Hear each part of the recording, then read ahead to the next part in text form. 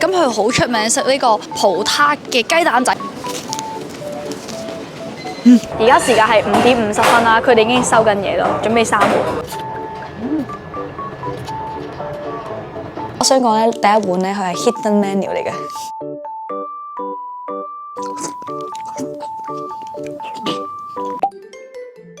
大家好，早晨，我係塔塔，冇錯啦。咁我而家已經坐咗喺船上面啦。大家估下我而家去邊？俾3秒鐘時間俾大家。冇錯啦，就係去澳門啦。咁咧今日咧就會嚟個快閃嘅澳門之旅啦。而家嘅時間咧已經係晏晝嘅2點半鐘左右啦。咁我去到嗰邊咧就預計大概3點零鐘。咁我就一整個晏晝同埋夜晚俾我食嘢。咁今次就諗住嚟個特別啲嘅計劃啦，就係諗住喺 IG 度問下觀眾，到底澳門有啲咩好食？咁就嚟個澳門版嘅你叫我食。咁我而家即刻喺 IG 度問下觀眾先。Let's go。澳門有啲咩好食？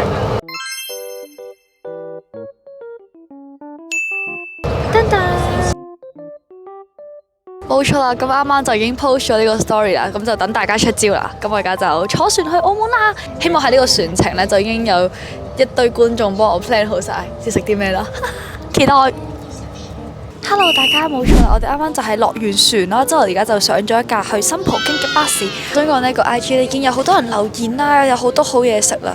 咁 so far 而家就有少少 option 啦，咁我哋而家就準備出發去食好嘢啦，耶 ！Let's go。Hello， 冇錯，大家啱啱就已經落完個巴士啦。我哋第一站就嚟到，好多人推介呢個澤賢記，咁佢好出名食呢個葡撻嘅雞蛋仔。佢平時咧唔同香港嗰啲係一個圓形一個弧形啦，佢喺度一塊平面嘅，大家可以睇下。佢做比利時朱古力同埋呢個葡撻，咁我見到呢個好似招牌就試呢個啦，同埋因為澳門出名葡撻。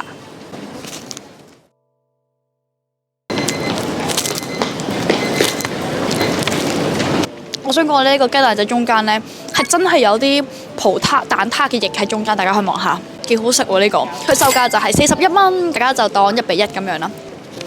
因為每一粒嘅中間都有好多葡撻嘅蛋漿。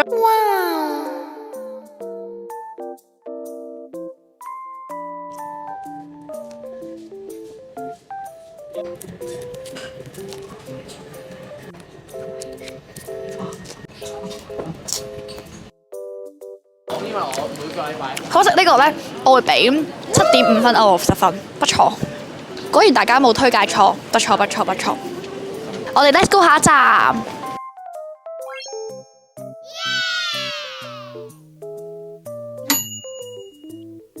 咁之後呢，就嗌咗呢個咩嚟㗎？辣麵嘅撈米，之後我哋再加咗炸豬扒。佢本身喺度嘅嘢就係一個咖喱辣魚。咁我而家即刻試下先啦。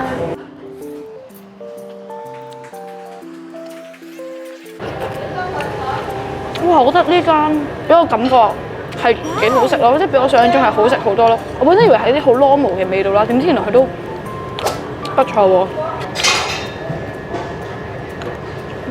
佢豬扒係薄切豬扒啦，即係唔會話好難咬好韌咯，因為煎到啱啱好咯。同埋啲魚咧唔知咪有少少凍凍地，不過我覺得 overall 嚟講係不錯，幾好食。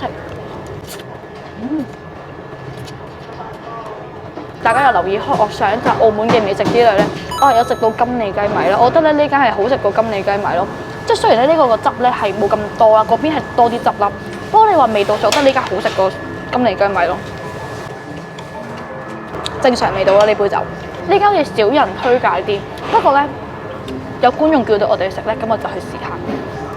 呢間推介得不錯，幾好食。呢間嘅話咧都推介俾如果想食一啲類似一啲米啊、咖喱米呢啲都可以一試。跟住有金利嘅另外一個 option， 啲麵同埋檸檬茶都食完飲完啦。因為我哋今日咧好晏先入嚟澳門啦，所以好多啦我哋去到咧已經閂咗門啦。不過唔緊要，我相信我會食到更加多美食㗎。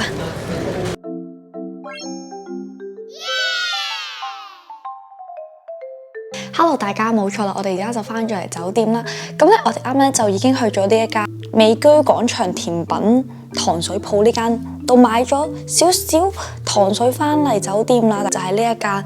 我想講咧，呢一間咧係幾偏遠下咯。我哋喺大概大三巴附近嗰啲位置啦，行咗大概10幾20分鐘先行到過去。本身我哋睇地圖亦都唔係話好遠啦，所以呢一間嘅話咧，佢相對地係比較偏遠少少嘅。大家可以睇幅地圖，主要啲嘢就係聚喺呢個位啦。佢間鋪頭就喺呢一個位。啱啱就買咗2本翻嚟，咁就而家即刻試下啦。我想講咧，第一碗咧佢係 hidden menu 嚟嘅，就係開心果鬼口水。咁我就加咗8蚊要3色芋丸啦，同埋呢一個係多芒椰汁小丸子。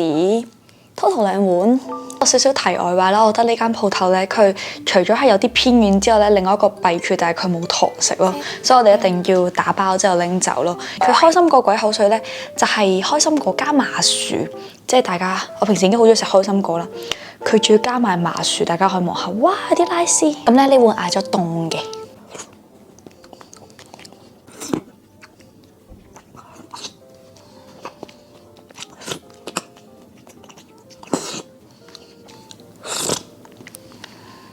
我覺得呢一碗嚟講咧，佢開心果味唔係話好濃郁咯，我自己覺得就其實一般般。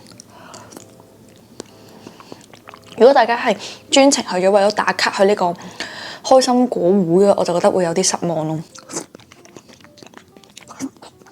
唔係話特別太好食咯。我之前喺香港太子有一間好舊式嗰啲糖水鋪咧，食嗰個開心果壺嗌熱嘅嗰個就，嗰個真係好濃郁嘅開心果味咯。而呢一個我就覺得麻麻地，如果係開心果味10分，應該得4分咯，係好淡嘅開心果味咯。如果係啲開心果嘅初嘗試者咧，可以試下咯。即係今日得8度定9度定10度，又凍又軟，唔推介。希望佢個芒果小丸子會幫佢挽回翻少少名聲啦。芒果小丸子就正常好多。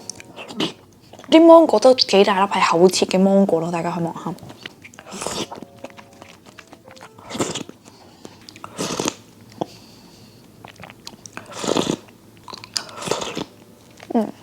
同埋啲小丸子都煙煙韌韌，幾好食。如果係咁咧，我會覺得小丸子嗰碗好食啲。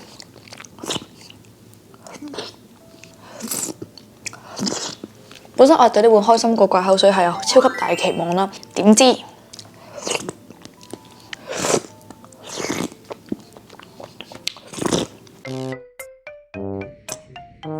拜拜大家。